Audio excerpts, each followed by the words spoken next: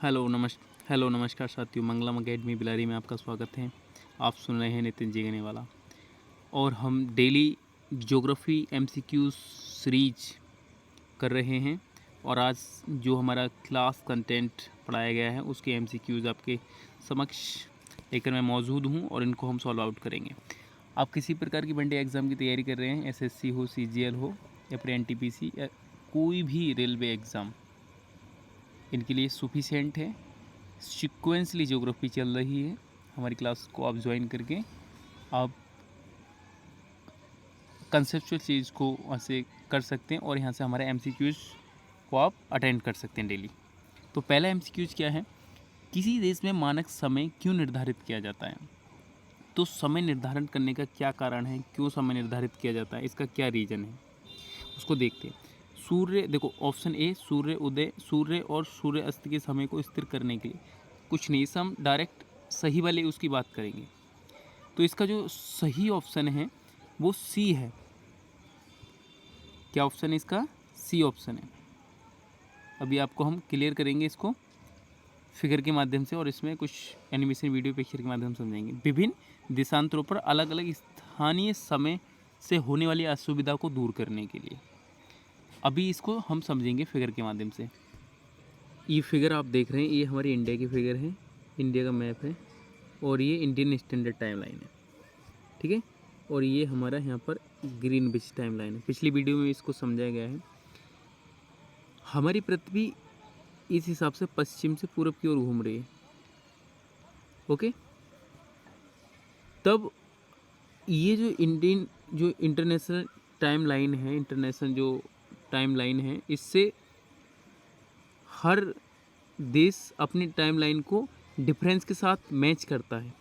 जैसे हमारी जो टाइम लाइन, एक जो देशांतर यहाँ से शुरू होती है 67 डिग्री 7 मिनट है, लेकिन हमने इसको टाइम लाइन ना लेकर किसी ऐसी डिग्री को टाइम लाइन लिया है जो हमारे देश के बीच में से जाती हो। तो ये हमने 82.5 डिग्री का लिया है, 82.5 डिग्री का।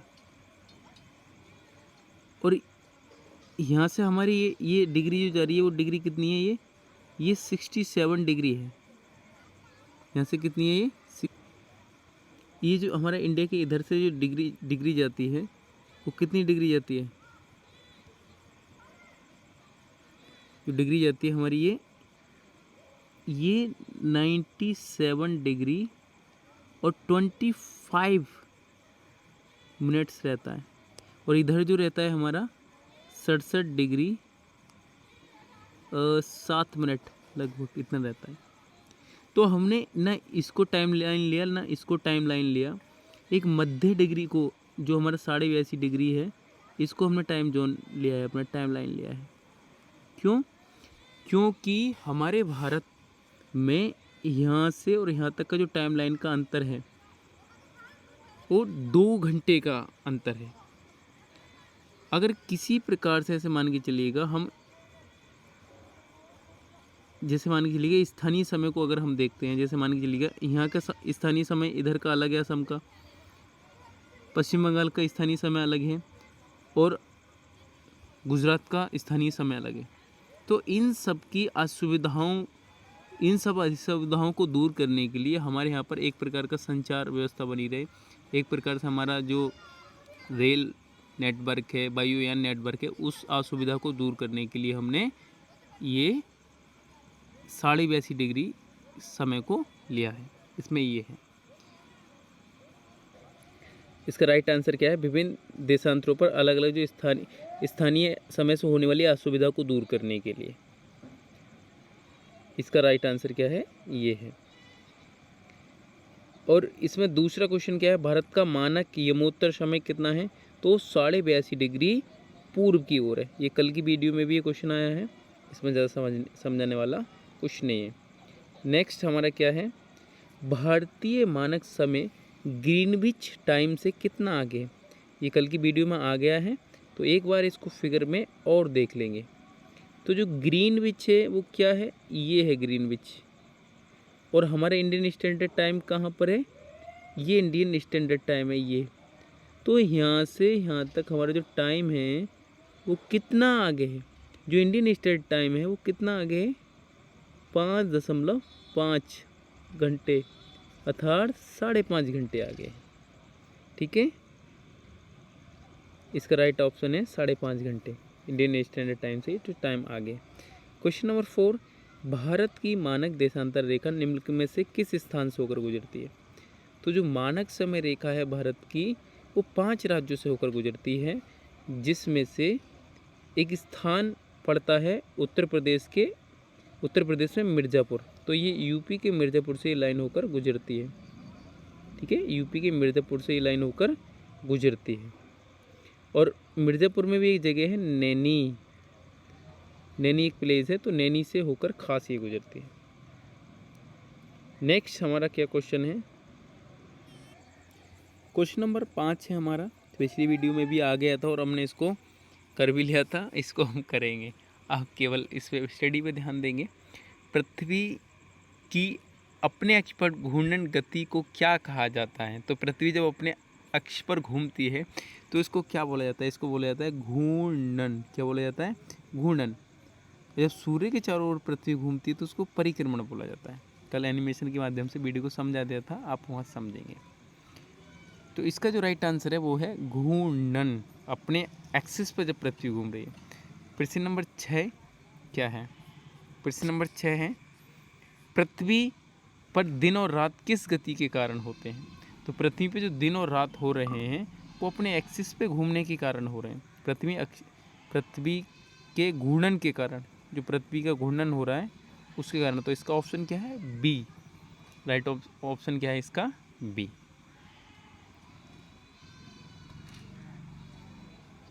7 नंबर का क्वेश्चन है, पृथ्वी अपने अक्ष पर किस दिशा में घूर्णन करती है या घूमती है? तो ये पश्चिम से पूर्व की ओर करती है, पश्चिम से पूर्व की ओर। तो इसमें राइट ऑप्शन क्या है? ए, पश्चिम से पूर्व की ओर। किस दिशा में कर रही है? ये पश्चिम से पूर्व की ओर कर रही है। ये जो घूर्णन हो रहा है, इधर ये पश्चिम है और इधर ये पूर्व है। देखो, ये जो हमारा दिख रहा है इधर ये पश्चिम है और ये पश्चिम वाला हिस्सा इधर घूम घूम के कहाँ जा रहा है? पूर्व में जा रहा है। ठीक है,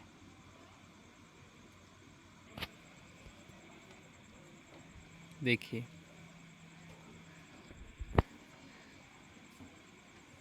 पृथ्वी हमारी पश्चिम से पूर्व दिशा में घूम रही है।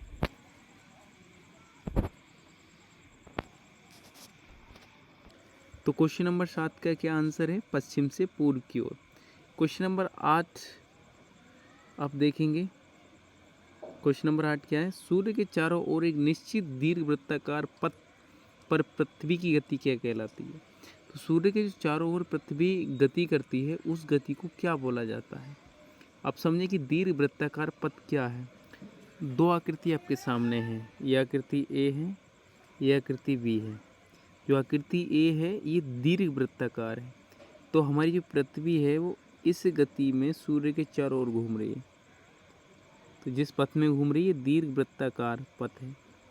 तो उसमें क्वेश्चन क्या पूछा जा रहा है कि दीर्घवृत्ताकार पथ में पृथ्वी जो घूम रही है वो किसके चारों ओर पास घूम रही है? सूर्य के चारों ओर पास घूम रही है। तो क्वेश्चन दरअसल किस हिसाब से, क्वेश्चन ये है सूर्य के चारों ओर निश्चित दीर्घवृत्ताकार पथ में पृथ्वी की गति क्या कहलाती है? तो उस गति का नाम पूछा है, उस गति का नाम परिक्रमण है। ये सूर्य के चारों ओर पास घूम रही तो ये परिक्रमण हुआ। ठीक है, तो सूर्य के जो चारों ओर पास घूम रही है परिक्रमण हो रहा है। जैसे ये जो पथ है हमने ये पथ बना लिया, तो जो पृथ्वी है इस हिसाब से घूम रही है, पूरे वर्ष में 365 दिन में घूम जाती है, तो ये परिक्रमण कर रही है। और जब यही पृथ्वी अपने एक्सिस पे घूमती है, अपने एक्सिस पे, तो इसको परिक्रमण कहते हैं। क्या बोलते हैं? सॉरी, घूर्णन बोलते हैं। क्या बोलते हैं? घूर्णन। ठीक है, और यही सूर्य के चारों ओर बोलती है तो इसको परिक्रमण या परिभ्रमण बोलते हैं। क्वेश्चन नंबर 8 हुआ। क्वेश्चन नंबर 9 क्या है देखेंगे। क्वेश्चन नंबर 9 क्या है? पृथ्वी पर ऋतु परिवर्तन का मुख्य कारण क्या है? तो ऋतु परिवर्तन का मुख्य कारण है सूर्य के चारों ओर परिक्रमण और पृथ्वी का अपने अक्ष पर झुकाव। तो पृथ्वी कभी कभी सूर्य के बिल्कुल करीब आ जाती है या पृथ्वी का कोई हिस्सा सूर्य की लंबवत किरणें पाने लगता है और एक हिस्सा दीर्घवत किरणें पाने लगता है, अर्थात वहाँ पर किरणें दीर्घ रूप में पहुँचती हैं या तिरछी किरणें पहुँचती हैं और कहीं कहीं डायरेक्ट किरणें पहुँचती हैं। तो जहाँ डायरेक्ट किरणें पहुँचती हैं वहाँ पर ऋतु गर्मी ऋतु आ जाती है और जहाँ पर तिरछी किरणें पहुँचती हैं वहाँ पर सर्दी ऋतु आ जाती है। तो ये जो सब होता है तो पृथ्वी के सूर्य के चारों ओर परिक्रमण करने तथा पृथ्वी पर अपने अक्षीय झुकाव के कारण ये सब होता है। तो इसका सही आंसर क्या है? पृथ्वी के चारों ओर परिक्रमण और पृथ्वी के अक्षीय झुकाव खातिर ऐसा होता है। नेक्स्ट क्वेश्चन हमारा क्या है, देखिए, एक अधिवर्ष में कितने दिन होते हैं? तो एक अधिवर्ष में कितने दिन होते हैं? तो एक जो अधिवर्ष लीप वर्ष होता है उसमें 366 दिन हो जाते हैं। ठीक है, नॉर्मल और सामान्य ईयर को बोलेंगे तो उसमें 365 दिन होते हैं। लगभग 6 घंटे जो एक्स्ट्रा जुड़ते रहते हैं हमारे 4 साल तक, एक वर्ष में हमारे 365 दिन और 6 घंटे होते हैं लगभग। तो ये 6 घंटे जब 4 से गुणा 4 साल हो जाता है तो ये 24 घंटे बन जाते हैं। 24 घंटे जुड़कर 365 में जुड़ जाते हैं तो ये 366 बन जाता है। इसलिए इस वर्ष को अधिवर्ष या लीप वर्ष कहते हैं। नेक्स्ट क्वेश्चन क्या है, अधिवर्ष की व्यवस्था क्यों की गई? अब अधिवर्ष की व्यवस्था क्यों की गई? देखो इसमें राइट आंसर है, पृथ्वी द्वारा सूर्य का एक चक्कर लगाने में लगने वाले दिन 365 दिन और 6 घंटे को समायोजित करने के लिए। तो जो अतिरिक्त 6 घंटे निकल के आ रहे थे उसको समायोजित करने के लिए हमने अधिवर्ष की व्यवस्था की। ठीक है, इसको समायोजित करने के लिए अधिवर्ष की व्यवस्था की। क्वेश्चन नंबर 12 क्या है, ग्लोब पर काल्पनिक वृत्त जो दिन और रात को विभाजित करता है क्या कहलाता है?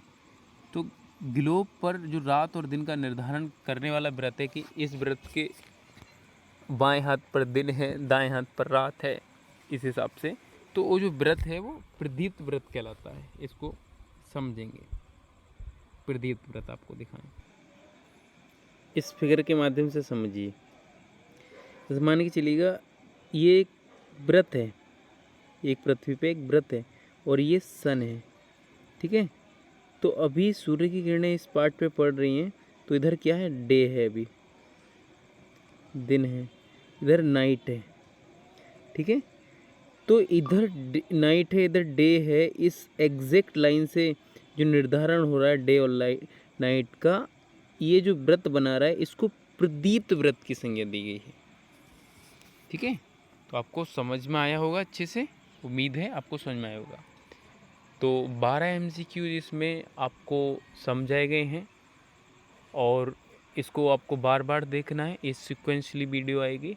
आप किसी भी वनडे एग्ज़ाम की तैयारी कर रहे हैं तो आपको NCERT बेस MCQs यहाँ सब्जेक्ट वाइज समझाए जाएंगे, चैप्टर वाइज समझाए जाएंगे।